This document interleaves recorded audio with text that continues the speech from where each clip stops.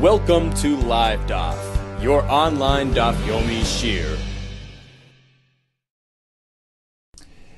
Shalom Aleichem, welcome back to today's Daf Yomi, which is Rosh HaShanna Daf Yud Daled. We begin 11 lines from the top of the Amud. Says the Gemara, Tanya Rabbi Yosi Haglili Omer. We're going to pick up where we left off yesterday. We learned from a pasuk that when it comes to tvua, grain, grapes, olives, these are things which are chayiv and truma and maser min haTorah. How do we know to which year they belong? To which crop? To which season? Answer is shlish. The year on which they experienced a third of their overall growth. Taisus brings a Yerushalmi. There's a way to actually test the grain, the kernel. You dip it into water and you see if it sinks. Then you know it has achieved a third of its growth. So then it belongs to that year. It identifies with that year's season, with that year's crop, with that year's halachas regarding truma, maser, and shemitah. What about other types of fruits, vegetables, which are only chayiv in maser midrabanan? They also will follow this example, this precedent. The year on which they achieved their primary growth, that's the year that they will identify with. We compare it to grain, olives, and grapes, which provides the prototype, it's the precedent, it's the standard bearer for all halachas of truma and maser. And this is based on the pasuk, Tanya Rabbi Yosi Haglili Omer. Pasuk says, Ba'aspacha, mi garnecha, mi yikfecha. When you gather, you garn, your yakev, your grain, your wine, your grapes. And this is the pasuk which will provide, as she says, now smachta. Of course, it's not a clear source because, keep in mind, anything other than garden v'yakev is not chayiv in truma min haTorah. But it's a support, it's a remez to tell us that all halachas of the Torah will follow this example of garden v'yakev, which is based on the shlish concept. And we learn ma garden v'yakev, just as garden v'yakev miyuchad, they're unique in the sense that shegdelin al meishana she'avra, their growth is generated by last year's rain season, which basically means that last year's rain season, which generated that initial growth, that shlish, that first third, that forms the basis for all future development of that grain, of the olives, of the grapes. And therefore, umis asrim l'shana she'avra, their maser is related to last year because they identify with last year's season, last year's rains. They're part of last year's system, even though perhaps they achieved full growth and maturity this year. It's irrelevant. We follow the initial shlish that determines, that connects it to last year. Af koil shegdelin al meishana she'avra. Likewise, when it comes to other types of fruits and vegetables, if they get their growth from last year, then last year's maser applies to them, as opposed to vegetables. You see, there's a big difference between fruit trees, which they have the chanata experience, the budding experience, and that is derived from last year's rain season.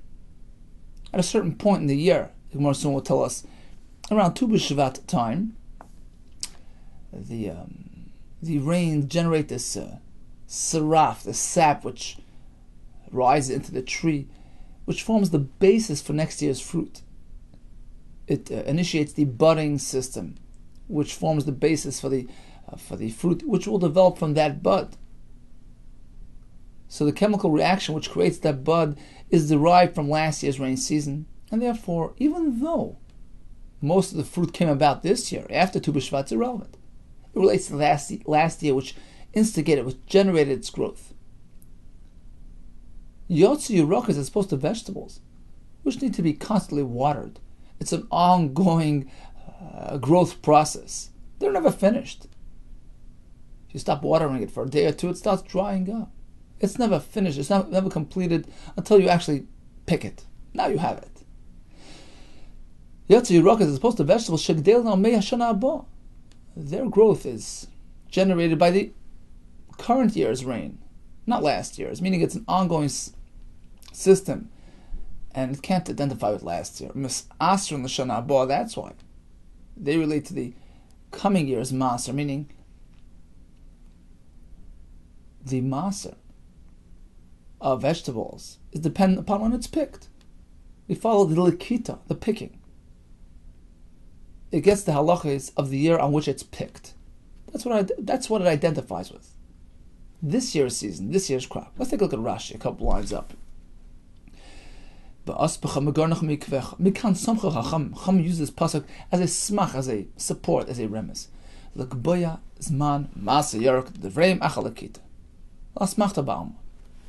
We learn from here that when it comes to vegetables, it identifies with the year on which it was picked. So lakita, picking, determines the status of the vegetable. And this is an asmachta, which tells you kol osef shalcha, all gatherings, all crops, will follow the precedent set forth yesterday when it comes to trumas goren v'yakev. Kol osef shalcha, yehei ketrumas goren v'yakev. So be'asbacha megarnach mikvecha means be'asbacha, all your gatherings, all your harvestings, all your crops should follow the guidelines, should follow the same concept as goren v'yakev. Shalach ben Torah achar shana shevir shlish, which the Torah told us is meant to follow the shlish concept. And what is the concept? Harei shalach ben achar shana shegalu b'meimel. The Torah followed the year during which it achieved its initial growth process, the initiation which eventually develops and matures into full-fledged grain. And that came from last year's rain. Shavos shlish lehen higdei losin, says Rashi. That first third is crucial.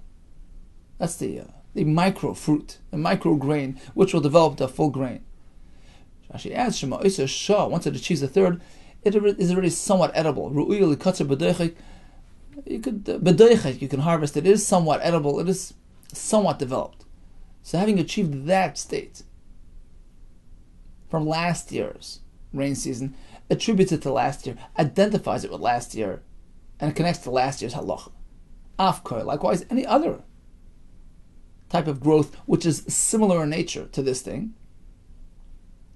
will be determined as such. For instance, a fruit tree.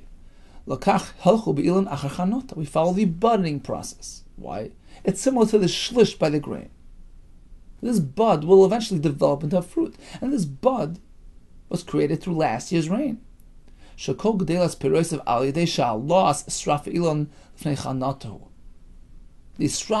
the sap which ascends into the tree, that creates the chanata, the budding system, which eventually just grows into a fruit. So the initiation, the base product here is the chanata, is the bud, which was produced by last year's rain, and therefore it relates to last year, as opposed to vegetables. It doesn't relate to anything. Until it's picked, you don't have it. The year in which it was picked. In fact, you can cut the vegetable, it will regrow. It doesn't relate to any specific growing cycle, any specific rain system. And therefore, it relates to the moment of picking. So that's who's speaking. That's Rabbi Yossi Haglili. Back to the Gemara. Rabbi Kiva Eimer. He's going to achieve similar results, but using slightly different terminology. Pasuk says, and we learn all your harvest, all your asifa should be similar in nature to goren v'yakev. Ma goren v'yakev, miuchad shegdel al reiv mayim, just as goren v'yakev are unique in a sense that they grow simply using natural rainwater. Reiv mayim, Rashi says, is megeshamim because most things grow through rainwater. They don't need more than that. And therefore, says the Gemara, Umas Asrin, L'Shana Shavra, that's why they relate to last year when it comes to Maser, because their growth was generated by last year's rain. That's when they got their shlish. And they connect to last year's season. Avkar, likewise, all other types of things. Shegdel Nam Reiv Mayim, which achieve their growth through roiv mayim, meaning natural sources, misasrin l'shana hashavra. They relate to last year when it comes to Maser, because last year's season generated the initial growth. For instance, the chanata, the budding procedure by the tree, which is the prototype of the upcoming fruit, and that came about through last year's rain season, connects to last year, as opposed to vegetables, which need to be constantly tended to, constantly watered. Yotzi rokes shegdelen al kol mayim. They need more than just roiv mayim, they need kol mayim. It's a term, just means to say you have to constantly water it, manually water it. Rashi brings a pasuk in Dvarim, V'ishkisa b'raglecha kigan hayarak. Gan hayarak needs to be constantly watered, as we all know. You stop watering, there goes your cucumber. And therefore, it's different than fruit. It relates to the current moment. Umis asron l'shana haba, it gets the current year's maser. You follow the picking, the moment of Lakita. So Rabbi Akiva is pretty much following the same track as Reis Aglili, but he employed different, slightly different terminology. Is there any difference between the two shitas? Is there any halach nafkamina? There is one difference. Suppose you have something which is watered by hand, needs additional manual watering, but you stopped watering it 30 days before Rosh HaShanna, which Rashi says was the derech when it comes to certain things, to allow it to sort of dry up and allows you to pick it. Now, you can differentiate between Rabbi Akiva and Reis Aglili. Reis Aglili says the product follows the year on which it achieved its water. It derived its water. It was dependent on last year's races, connects to last year's season. So, if you stopped watering it for Rosh Hashanah, well, it grew from last year's rain or last year's watering. But according to Rabbi Akiva, he says it's species-oriented. This type of thing needs to be manually watered. So, in concept, it's not really achieving its full growth from the rain season, from the natural source. Therefore, it doesn't connect to that season, to that crop, to that cycle, that season, and therefore, it doesn't connect to last year, rather to the moment of Lakita. Is there any difference between Reis Aglili and Akiva? There is. Omar Bevo. But Solim Hasarisin, a certain type of onion, Rashi says, they don't grow too big. Taisa says they can't be replanted, like a saris by a person, they can't have an offspring. Upala Mitzri, some type of bean, and Rashi explains that unlike yesterday's Pala Mitzri, which was planted L'Shem Zera, to have it in its bean form, here the purpose was to eat it as a vegetable, to enjoy its greenery, so now it has a din of a vegetable. Ikubina, these two types of vegetables will be an afkamina. This not, as we learned in the Mishnah. Tzol Masarisin, a Pala Mitzri. Shemana mehen mayim shloishim yom b'fnei Rosh HaShanna. Suppose you stop watering them 30 days before Rosh HaShanna. So they were watered last year, but they're still vegetables. How do we treat them? Mis aser and l'sha'avar.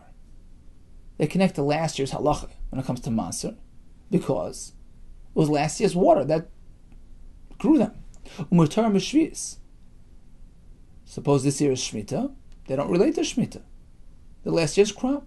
But if he didn't stop watering them 30 days before Rosh Hashanah, he continued watering them into Rosh Hashanah, asur mishvis, then they relate to the current year. So if it happens to be Shemitah, these are considered Shemitah products.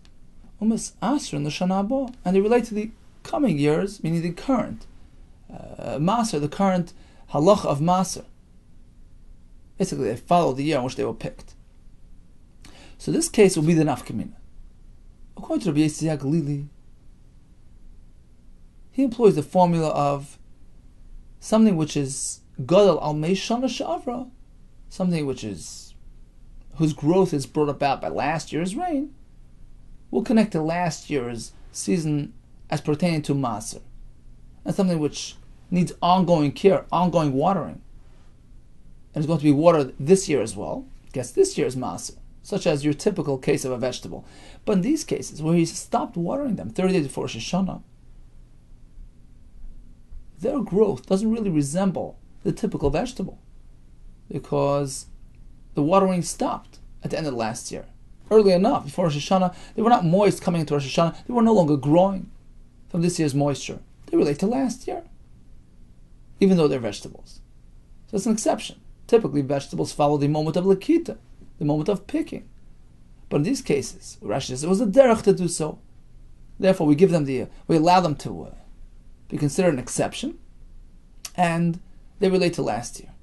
Whereas according to Rabbi Akiva, it's variety oriented. He sets forth a klal. He says anything which is gadol al kol mayim, any vegetable which is meant to be constantly watered, so by its very nature it doesn't really relate to the annual cycle of seasons and rain. It's a constant care, it's a constant growth process.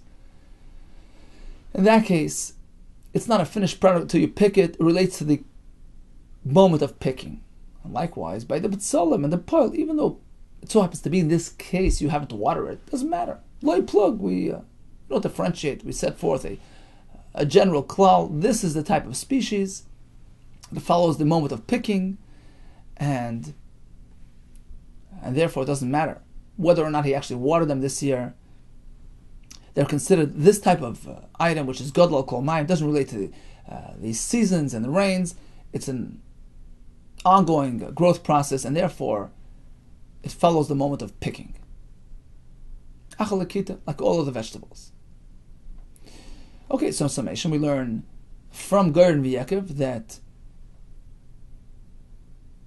the halachas of Trumas and Masters depend on the year. It connects to the year in which it achieved its primary growth, its initial growth, which forms the baseline for all future growth. And therefore, when it comes to Tvua, Ger and V'Yaakov, Shlish is what determines. When it comes to fruits and vegetables, so by fruit we have the concept of Chanata. The year in which it achieved its Chanata, the sap which generated that budding process, that's the year that it relates to. As opposed to vegetables, we follow Lakita. Depends on the moment of picking. Continues the Gemara. Be'echad b'Shvat, Rosh HaShanna Lilan. What is considered the starting point of the year when it comes to trees, not Tishrei, like by vegetables, which follows the standard calendar year, with the starting point being Echad b'Tishrei. No. By trees we follow the Shvat time frame. My time or why? Amar b'Lezer, Amar b'Oshe. It's water related, rain related. Hoyel v'yatzu roiv gishmei shana. Since, for the most part, rain season is behind us, v'adayin roiv tkufim b'chutz, but still we have most of the season, the winter season, yet to come. Okay, Micah Amma, what's he saying? He seems to contradict himself. Most of the rain season is behind you, and therefore anything which was had started growing up until this point relates to the last year. And then you say, no, most of the tkufa is still awaiting us. We're speaking about the winter tkufa, it's the winter seasons, right? Which is tkufas tevis Shvat Adar, starting from December 21st. So that's the winter quarter. Most of it is still ahead of us. Micah Amar, so what's he saying? Isn't he contradicting himself? If it's still ahead of you, then why would you say the year is sort of behind us? He meant to say like this. There's no contradiction. Although most of the Tkuf is still ahead of us, it's irrelevant, since for the most part the rain season is behind us. Rashi explains that once the Geshama behind us, the Sraf, the sap system, has been set in motion, the chemical process has begun, and the pears are beginning their chanata, their budding process, which relates to last year.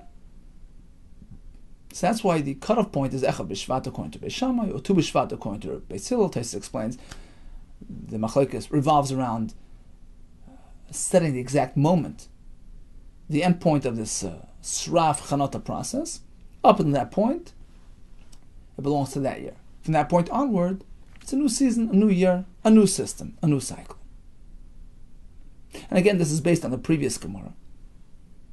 When it comes to Truma and Maser, you relate to the year on which you achieved your primary growth. In the case of a tree, it's the budding process, the chanata process, which determines. If that happens before Rosh HaShanna, which is either Echad b'Shvat or Tu b'Shvat, you're connected to that year. If it happened afterwards, you're connected to the coming year. Tana Rabbana Masa was a story by Rabbi Akiva. Shaliket esrog. He had an esrog tree. He was picking esrogim when be'echad b'shvat. V'nog by shnei yisurin. He applied a double maser. For instance, it was year 2 of the Shemitah cycle going into year 3. He wasn't sure when Rosh HaShanna is. He applied a double maser. See, on year 2 you give maser sheni. On year 3, instead of sheni you give maser ani. He did both. Taisus asks, how can you do both? Sort of contradict each other. He says, he took off a maser, one portion, converted it into money, brought the money to Yerushalayim, treated it as maser sheni, and gave the fruit to the aniyim. So he was yotzei, ani, and sheni together. Why did he do this? Says the Gemara. Echad k'div Rabbi Shammai. Echad k'div Rabbi Hillel. Says Rashi on top. Echad k'div Rabbi Shammai. She'amru neschat HaShanna. According to them, Echad b'Shvat is the new year. And once Echad b'Shvat comes around, it's year 3. Echad k'div Rabbi Hillel. You see, he wasn't sure if the year had turned over. Was Echad b'Shvat? Do we follow Beis Shammai? It's the new year, Maser Ani, or is Rosh Hashanah Tu B'Shvat? Echad b'Shvat is the last year. He wasn't sure, so he did both Masers to cover all possibilities. That's the Tanakama's version. Rabbi Akiva had a suffix regarding the actual date of the Rosh Hashanah Le'ilan. Is it Echad b'Shvat like Beis Shammai, Tu B'Shvat like Beis Hillel? Rabbi Yehuda Kessler, no, that wasn't the point of Machlekes. That wasn't the suffix here. He wasn't applying Beis Shammai Beis Hillel. He had no suffix as to the exact date of Rosh Hashanah. That was clear to him. What then was the shaila? Why did he do 2 masters? You see over here, it grew during 1 year, was picked in the next year. That was the suffix. Do we follow Chanata? Do we follow Likita? Ela mineg Rabbi Gamliel, Rabbi Lezer Agba. He applied 2 shitas. Rabbi Gamliel, who says that when it comes to maser of an esrog, we follow the point of picking, like vegetables. We'll see soon why. Whereas according to Rabbi Lezer, even an esrog follows the fruit guidelines. It's like any other fruit trees, which follows chanata, the moment of budding. So that was his uncertainty. Do we follow budding, and it relates to last year? Last year's maser applies? Or do we apply the concept of lakita? Follow the moment of picking, like a vegetable, in which case this year's maser applies. And that's why he applied a double maser last year and this year. This is not. Esrog shaval ilam begimel drachim. What's unique about an esrog is as follows. It's really technically a fruit tree. It should follow chanata. It works pretty much along the same system as your typical fruit tree. The sap rises, creates the buds, which generate and develop into an esrog. On the other hand, an esrog is a very sensitive, delicate tree. It needs constant tending to, it needs constant watering. And it keeps on growing and growing. We know the esrog just remains on the tree for a while. So it's a constant growth process. It isn't limited to that year's season. It just keeps on growing as you water and water it. So in that sense, it's similar to a vegetable. It has a fruit element to it and a vegetable element to it. Here's the machlekes. Esrog shaval ilan begimel drachim. When it comes to the following 3 things: Arla, Neteravai, the 4th year, Ushvius, it follows the tree precedent. Ula Yarak b'derech echad, when it comes to Trumas and Maser, we follow the vegetable standard. We follow the picking. Shaval ilam b'gimel drachim, it's compared to a typical fruit tree regarding 3 elements: La'arla, Ula Ravai, Ula Shvius. So when it comes to Arla, Ravai, and Shvius, we follow Chanata. How do we know if it's the 2nd year, or 3rd year, or 4th year regarding the Isser Achila? Right? Is it the first 3 years? Is it Arla? Is it already the 4th year, in which case you take the fruit to Yerushalayim? Is this fruit connected to Shemitah? Does it have Kedusha Shvius? Well, it depends when it had Chanata, on which year it budded. So the budding process determines halachos of Arla, Ravais, and Shvius. These things are connected to the annual cycle, to the seasons, to the calendar year. And therefore, if it had Chanata during the 3rd year of Arla, it's Aser. If it had Chanata on Shemitah, it's a Shemitah fruit. If it had Chanata after Shemitah, it's no longer Shemitah fruit. When it comes to one halacha, we follow the vegetable precedent. Likita, the moment of picking. Shebesh as likitasa isuri. The halachas of Maser, when it comes to an esrog, follows the moment of Likita, the moment of picking. Why? Why does Ramlil hold we machalak between Maser and the rest? Because when it comes to Maser, we have that pasuk, ba'aspacha, megarnecha mikvecha. It connects to the year on which it achieved its primary growth. That's what it relates to when it comes to halachas of Maser. It connects to that year's crop, that year's season. And unlike your typical fruit tree, whose growth is generated by that year's rain, which generates the chanata, which eventually develops into a fruit. An esrog needs constant watering. It's gadol al kol mayim. In that sense, it's like a vegetable. It's not considered a finished product until it's finished. It's not over until it's over, and therefore, the halachas of Maser only apply based on the moment of picking. That's the year that it relates to. Divrei Rabbi Gamliel. Rabbi Lezer Aimer. No. Esrog, like any other fruit tree. Esrog shavalilan l'chol davar, compared to any other fruit tree, with respect to all halachas, including Maser. It's primarily a fruit tree. It works based on the chanata system, even though it grows a bit by manual watering. True, but that's a supplemental growth. That's added to the initial growth, the chanata, which was instigated by the seraph, which is generated by the rain season, which is last year's cycle. So this was Rabbi Akiva's suffix. He picked his esrog, which had chanata during 1 year, lakita the following year, which Maser applies. He had a suffix. Do we follow the chanata like Rabbi Lezer, or the lakita like Rabbi Gamliel? So he applied a double Maser. Before we involve ourselves further into this in this brisa, let's just step back. Says the Gemara. What do you mean? 2 chumras? Since when do we do that? Is it correct to apply a double chumrah, which sort of contradict each other? It either relates to last year or to this year.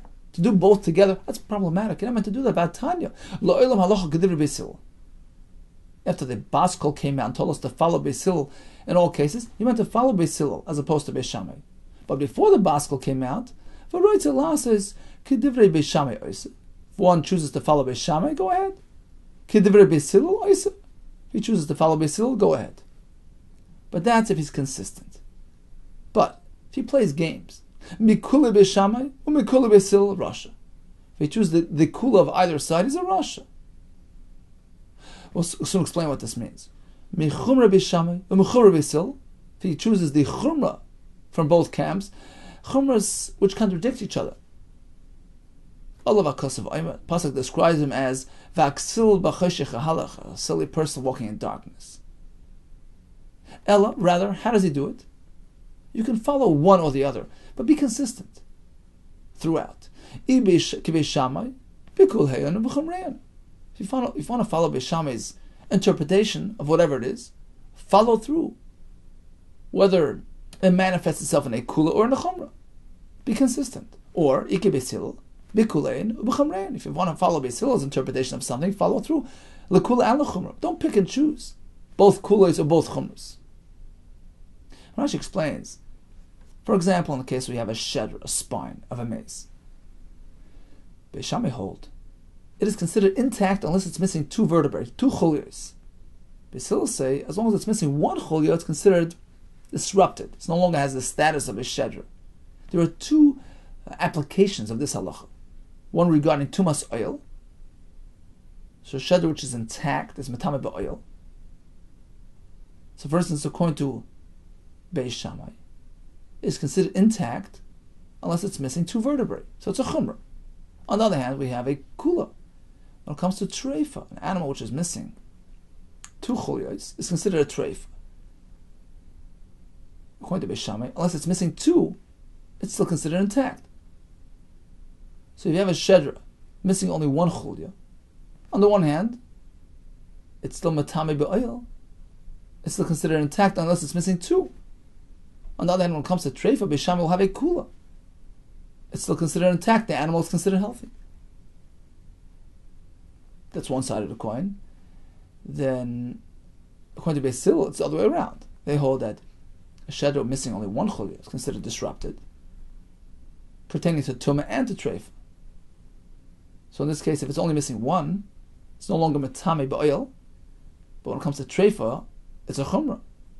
The animal is considered to have experienced an internal wound, which makes it a treifa. So you can choose either one of these interpretations, but be consistent all throughout. If you choose Beis Shammai's interpretation, which means that up until it's missing two chulias, it's still intact, that's okay. So for instance, if the shedder is missing one chulya,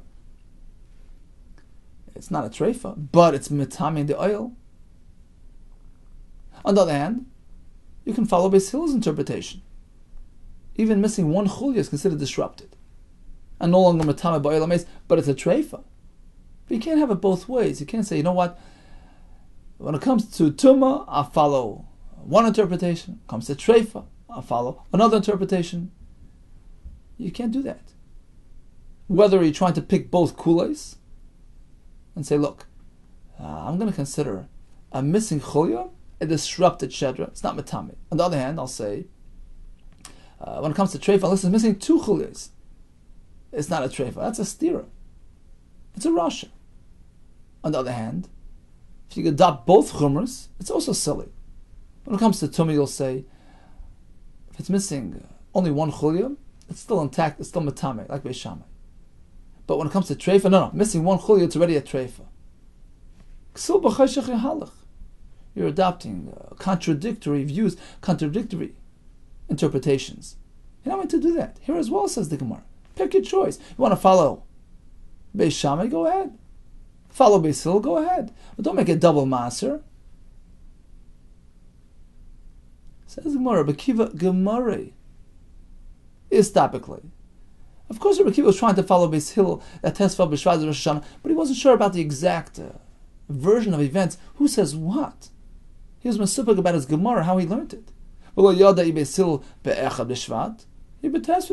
sure what Beis Hillel's opinion is. He was trying to follow Beis Hillel. He wasn't trying to ride both sides of the fence here.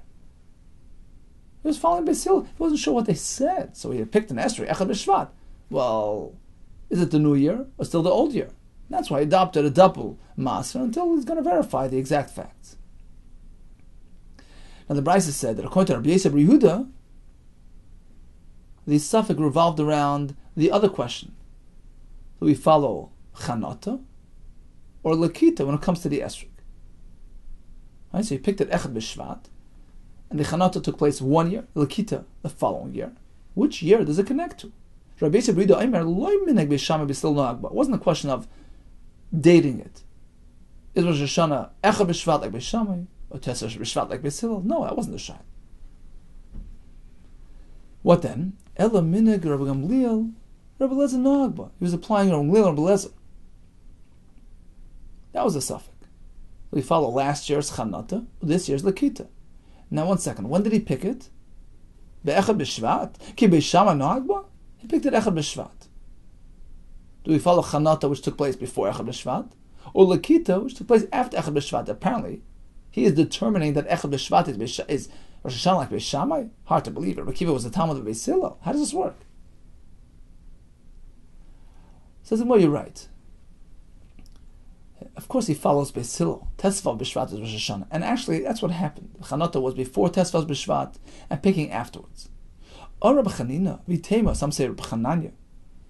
What happened was as follows: Hacha be'esreg shechantu peirosav koidem tesvav the idach shvat askin. What happened was this esreg achieved chanata prior to last year's tesvav b'shvat, so 2 years ago. And the question was, does the esreg relate to that year or to this year, which is the shnas lakita? Of course, he knew that the cutoff point is Tesvav B'Shvat. This story happened on Aleph B'Shvat, which was after last year's Tesvav B'Shvat, before which the Chanata happened. So Chanata happened before last year's Tu B'Shvat, and the Lakita happened after Tu B'Shvat. That was a shayla. Now the question is, do we follow 2 years ago's Maser, when the Chanata occurred, or the current year's Maser, when the Lakita occurred? The truth is, The story could have taken place for the same money instead of Echad B'Shvat, Hanukkah time, Sukkot time. There's no halachic significance at all to the fact that it happened in Echad B'Shvat, right? Because the Chanukah took place before the previous Tu B'Shvat and the picking after Tu B'Shvat. So why does the Gemara mention Echad B'Shvat? For accuracy. So happens to be. It happened that time. Chazal were very makpid to describe stories accurately, so we can corroborate or challenge. That's what actually happened, but it has no halakhic meaning whatsoever.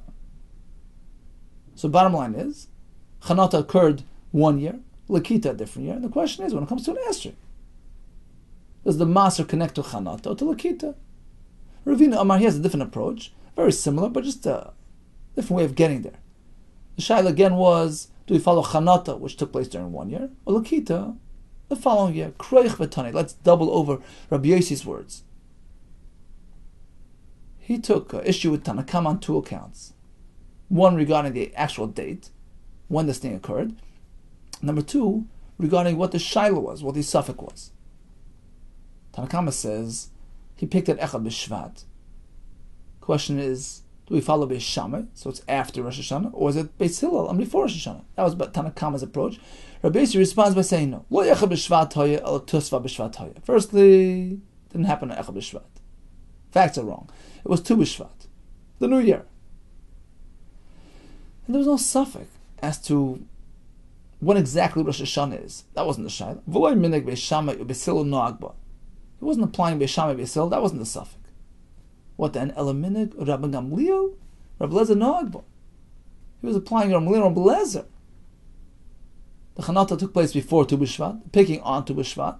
Do we follow Chanukah, in which case it connects to last year's Maser, or to the moment of picking, like a vegetable, because the esrog is God local mayim, it's a constant growing process, and relates to this year.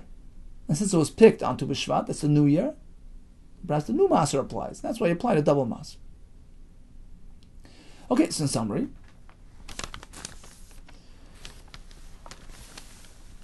we spoke about the fact that just as the Goyer and Yekev work on a shlish-based concept, the year in which they achieved a third of their growth, that relates them to last year's season, last year's cycle, last year's crop.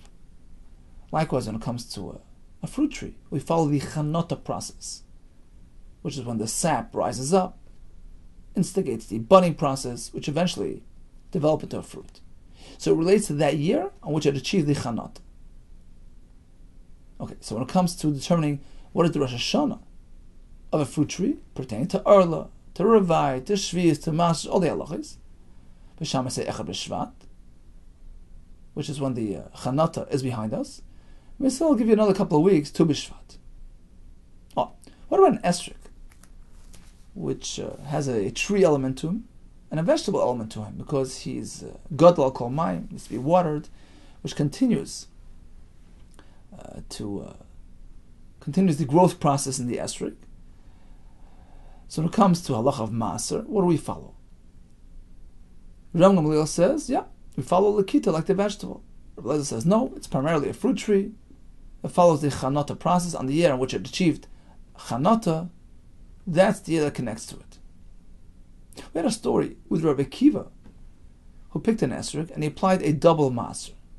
We have two ways to interpret the story. Tanakama learns he picked it Echad B'Shvat. We follow the Lakita. Right? So the year in which it was picked, that's the Maser that relates to it. So what was the suffix? He was trying to follow Beis Hillel, but was unsure. If according to Beis Hillel, Rosh HaShanna Le'ilam is Echad B'Shvat, in which case this thing was picked in the new year, Rosh HaShanna is Tu B'Shvat, and Lakita occurred in the previous year. According to Rabbi Yehuda, he actually picked it on Tu B'Shvat, and he was following Beis Hillel. Tesvav B'Shvat is Rosh HaShanna. So what was the shaila? Well, it had Chanukah last year. It was only picked this year. That's the suffix. When it comes to an esrog, is Maser dependent on Chanukah, like your typical fruit tree, or follows Lakita, like the vegetable? So he applied a double Maser. Some explain, based on the Tosfos, that really the suffix wasn't so much who we paskin like. He knew that we paskin like Rabbi Gamliel or Blazer Shamuti, a Talmud of Beis Shammai, but perhaps the suffix was who said what.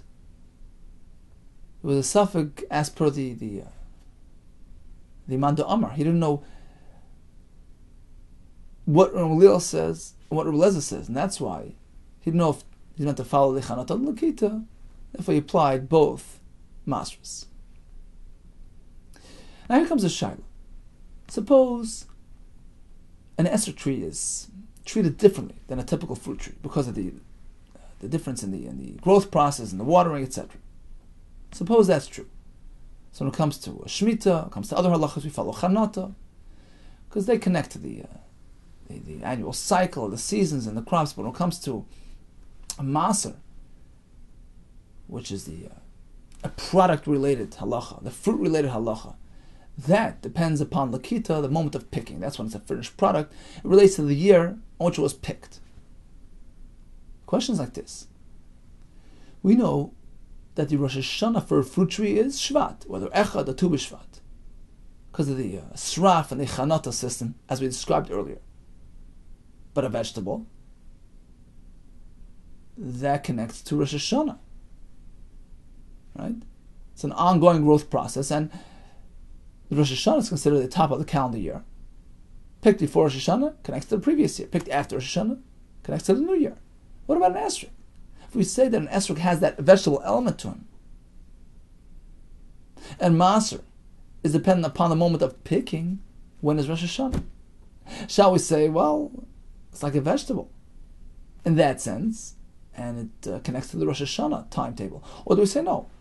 The fact of the matter is that it's a fruit tree, and therefore it follows the Shvat system. Amar Rabba Bar Huna, Ashtad Amar Rabba Gamliel, Esrog Achal Ketasa Isuroi.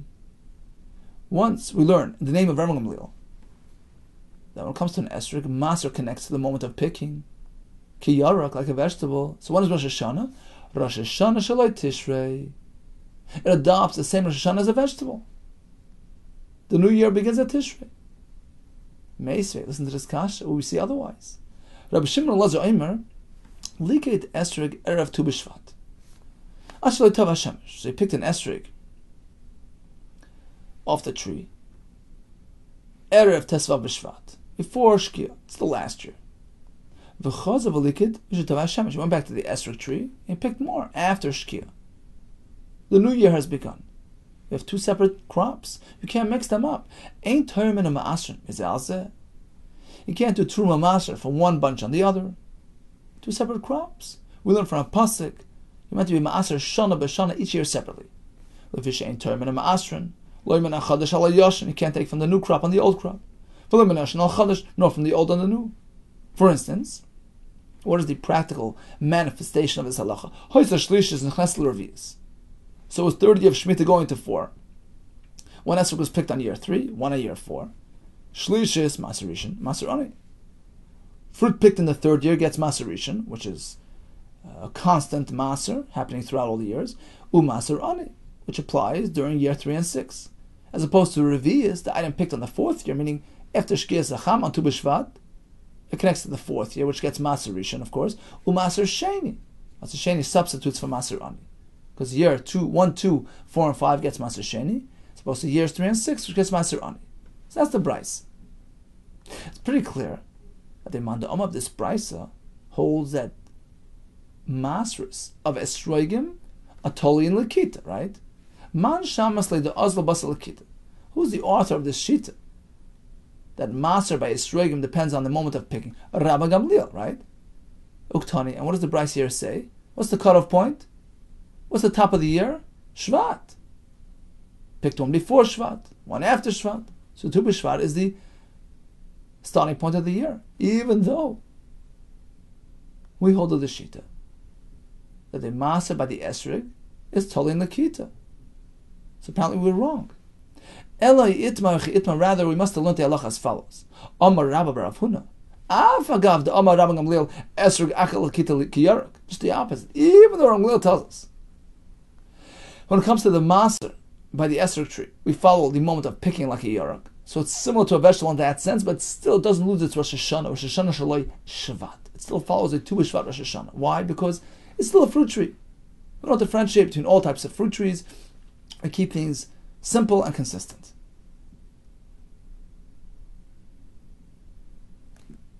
Okay? Now, one more point, says the Gemara. We seem to find a difference in the semantics, the phraseology between the most recent brisa. He picked the esrig on the 3rd year and then the 4th year, as opposed to brisa back on the Yud Amud Aleph, the last 2 lines here. He picked some vegetables before and after Rosh HaShanna.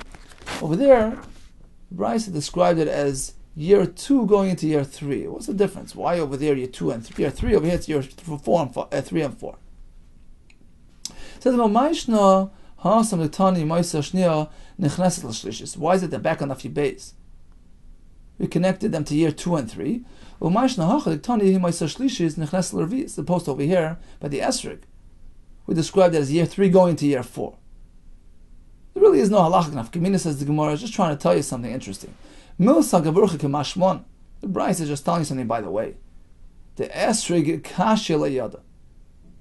When everybody goes into the esrig field on Rosh HaShanna, on Shvius, and they trample upon the trees and they handle them, this tree, this esrig tree is kashya layada. It's very sensitive to being handled. And since everybody's mamashmish in these trees and tramples them on trees, it doesn't recover from that traumatic experience until 3 years later. It won't come back into service to produce fruit until 3 years, and that's why the Bryce was describing esrogim growing, described them as year 3 and year 4, because that's the first opportunity to find a fruit on that esrog tree. It's interesting. I saw in a Sefer Carbon Rashis, he says, what's nafkamina la'alocha? You come into an esrog orchard and you see fresh esrogim the first year after Shemitah, you have to start asking questions. Perhaps he wasn't observing Hilchos Shemitah, otherwise the esrog would have been totally traumatized and wouldn't be recovering so quickly. Okay. This is just an interesting side point via a diuk in the Brises. So in summary, what did we learn today? The pasuk ba'aspacha begarnacha mikvecha come to tell us that we meant to compare all the products, all the fruits and vegetables, to the Gern V'Yekev concept, which is a shlish concept. It connects to the year in which it grew a shlish, which is primary growth, which subsequently develops into that full-fledged grain, but the shlish is the ikar growth, and it relates to the year in which it had that growth, the rain season which generated that growth, and it gets the maser of that year, whether it's maser, whether it's shemitah. And therefore we say when it comes to a fruit tree which achieved chanata as a result of last year's rain season, that's considered the micro fruit. That's considered the basis for the future growth, and therefore it connects to last year and it gets last year's maser. As opposed to vegetables which don't have that. It's an ongoing process. You need to water them and water them. They're considered connected to any specific season.